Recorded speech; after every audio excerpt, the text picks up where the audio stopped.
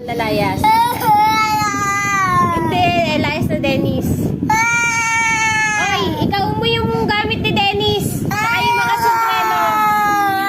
Para pagdating ni Dennis, palalayasin natin si Dennis.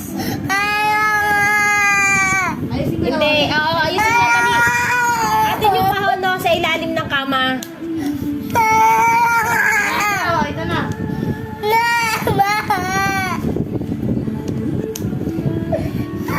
Kasi kasama ka paglayas ni Dennis, ha? Ah. Sasama ka ba? Sasama ka? Sasama ka? Tagaliha. Kailangan ng tagaliha ni Tito. Oh, ayusin mo na yung gamit ni Papa niya. Ayaw tumigil eh. Ah, lalabas ka pa?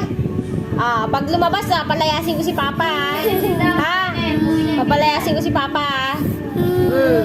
Pag lumabas ka, papalayasin ko si Papa.